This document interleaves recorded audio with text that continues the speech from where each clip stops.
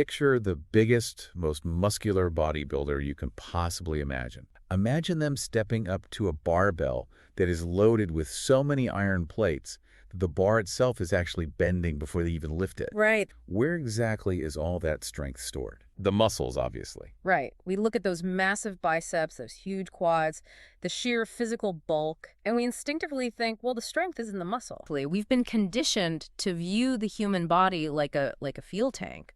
The assumption is that bigger muscle simply equal a bigger reservoir of stored power. Like if I am at the gym, or, if I'm moving a heavy couch up a flight of stairs, are you telling me the power isn't actually coming from inside me?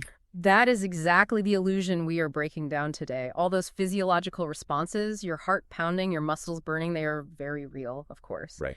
But the fundamental mechanism of where the physical force actually comes from and how it is expressed in reality is completely not what you think. By the time we finish this deep dive, we're going to be scaling this concept all the way up to the cosmic level. Exploring the actual pre-physical state of the entire universe. Okay, let's unpack this from the very beginning. Force is just an influence that acts on a body. It's a push or a pull. You apply force, and the object moves. We are taught to think of force as this solo act. But in reality, a force can literally only be expressed when it acts against a resistance. And needs a partner. Exactly. Force does not, and mathematically cannot, exist on its own. And it's not just any random resistance either. What do you mean by that? Well, in order for a force to actually be effective and do anything at all, the resistance it meets must have sufficient stiffness and inertia. So it has to be solid. It has to be able to take the hit, so to speak, without yielding to it. Think about going for a run down a paved neighborhood street. If you stop someone jogging and ask them to explain the physics of what they are doing, they will almost certainly say, I am pushing my body forward. Because that's what it feels like. Right. We think of running as a purely forward motion created by our legs generating a forward push. But the mechanical reality is the exact opposite. To move your body forward down that street, you must apply force backward. Pushing away from where you want to go. Right. Now, why do you shoot forward instead of just stomping a dent into the ground? Because the road is hard. Because the paved road possesses a resistive stiffness that is vastly greater than the physical push of your leg. The road doesn't yield. It refuses to budge. Exactly. So because the road won't move, that kinetic energy has nowhere else to go but back up. That forward momentum you experience is actually the road reflecting your own force back through your body. It's the ultimate unreversed card of physics. And it makes so much sense when you contrast it with another classic scenario. But have you ever actually tried to sprint in soft, dry beach sand? You feel like you are putting in 10 times the effort just to move at half your normal speed. And the mechanics of resistance explain exactly why you feel so helpless in that sand. Because it's not stiff enough. Right. The relative stiffness of the sand is actually much less than the downward force you're applying with your legs. The sand doesn't have the infinite unyielding stiffness of the paved road. Exactly. And because of this lack of resistance, the surface simply gives way. It just crumbles under your foot. You labor with every single step, your calves burn, and you sink deeper into the ground because the necessary resistance simply isn't there to reflect your energy back as forward momentum. You are basically just leaking energy into the ground. Completely wasting it. That completely shatters the idea of the human body as an isolated battery. You can only express movement when your force acts in direct opposition against a partner, against a resistance. It completes a loop. Yes, the loop is essential. The direction of the force you apply and the direction of your actual motion are always opposite. Imagine this incredibly strong, imposing bodybuilder leaning his shoulder into a heavy SUV, trying to push it up a slight incline. His boots are planted firmly on the asphalt. He grunts, his leg muscles contract, and the heavy car slowly rolls up the hill. Now we are going to change just one single variable in this entire scenario. You take that exact same massive, powerful bodybuilder, you take off his heavy work boots, and you lace him up in a pair of smooth roller skates. Now ask him to push that exact same SUV up that same incline. What happens? He can't move the car a single inch. Not a millimeter. Yeah? His wheels just spin wildly out from under him, his legs kick out, he probably falls flat on his face, and the car stays perfectly, completely still. We have to pause and really analyze why that happens. Because remember, Absolutely nothing inside that bodybuilder's biology has changed. His muscle mass is exactly the same as it was 60 seconds ago. His heart rate, his adrenaline, his physiological capacity to strain it is all 100% identical to the moment before when he successfully pushed the heavy vehicle. So where did all that strength go? What vanished was not his internal power, but his ability to express that power. The link was broken because the resistive coupling was compromised. Resistive coupling. Resistive coupling is essentially the physical handshake between the force you are trying to apply and the resistance required to make it happen. Like the grip on the road. In the case of the roller skates, the wheels completely eliminate the friction between the bodybuilder and the earth. He suddenly has nothing stiff and unyielding to push his feet against. Without that friction, his immense physical strength essentially crumbles into the local reality. The force just dissipates into the spinning wheels. It is exactly like trying to push a broken-down car. Doesn't matter if you are an Olympic powerlifter or a frail teenager. If your shoes are slipping on the ice, the car isn't moving. Because you have no resistive coupling. Wait, so if the bodybuilder's muscles aren't the actual engine of the movement, We are not the engine at all. we're just the transmission. You are the transmission. You are channeling force against a much larger resistive partner. The ground. When you walk, when you run, when you lift something heavy, your partner in that action is the earth itself. And the Earth functions as an infinite resistance. Right. It is so massive and so stiff that it can reflect orders of magnitude more force than you could ever possibly require in a human lifetime. Which naturally leads to the next big question. If the body isn't a reservoir of fuel and the muscles aren't an isolated engine, then what exactly is the point of being a massive bodybuilder? Why do big muscles matter at all if the Earth is doing the heavy lifting of resistance? To explain this, we need to look at how buildings are wired for electricity. If we accept that the human body is just a conduit connecting to the Earth's infinite resistance, then we can look at human biology through the lens of electrical engineering. So in this framework, big, bulky muscles function exactly the way thick copper wiring does inside the walls of a house. Exactly. Think about a heavy-duty appliance, like an industrial air conditioner.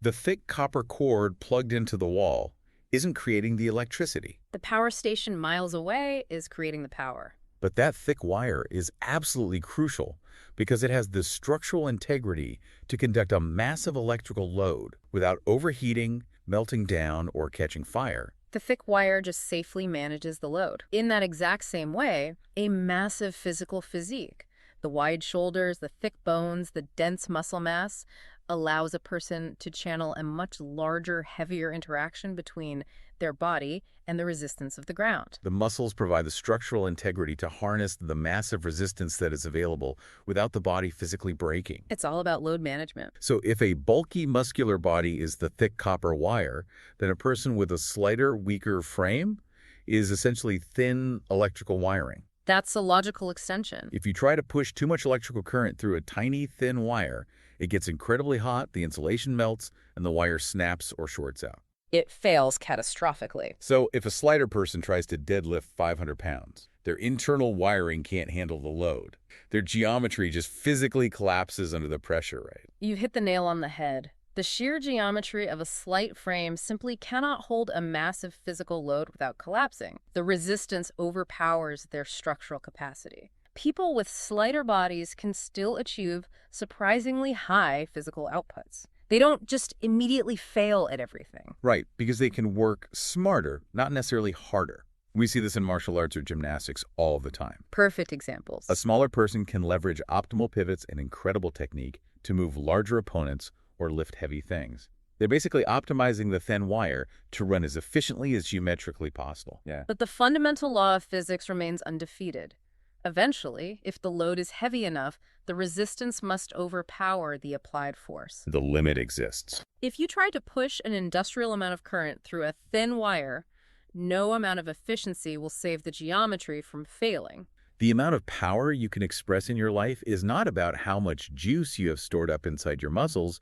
It is directly, strictly tied to how much external resistance your body's specific geometry can safely direct and channel. You are a conduit. You are not a reservoir. It is a profound paradigm shift. And honestly, if we ended the deep dive right there, we would have covered a brilliant, groundbreaking perspective on biomechanics and sports science. And I want everyone listening to take a deep breath because we are about to take a massive, audacious leap. If we need the Earth to provide the infinite resistance for us to run, to walk, and to push cars, what happens when we zoom out? To the macro level. The Earth itself is moving. Our entire solar system is moving.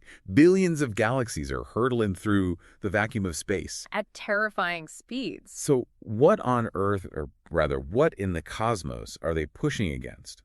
What functions as the universal resistance to galactic motion? If we connect this to the bigger picture, the foundational mechanics of force and resistance must remain consistent regardless of scale. To answer what the galaxies are pushing against, we have to introduce the concept of the pivot. The pivot. According to the framework we are exploring, all motion in the universe, whether it is a pendulum swinging on a grandfather clock or a galaxy spiraling through deep space, is an oscillation. Go back and forth. And all oscillation happens around a common, fixed, stiff fulcrum, a pivot point. This universal pivot point, it has no physical existence. None. It has zero mass. It has zero physical properties that we can measure with any of our scientific instruments. Yeah. You cannot point the James Webb Space Telescope into the void and take a picture of the universal pivot. It doesn't emit light. It doesn't block light. We only know it exists because its presence is exposed to us through the balanced motion of everything else. Think of it like watching a perfectly balanced seesaw on a pitch-black playground. Okay, paint that picture. You are standing in the dark, and you cannot see the wooden fulcrum in the middle of the seesaw. It's completely invisible to you. It's just blackness.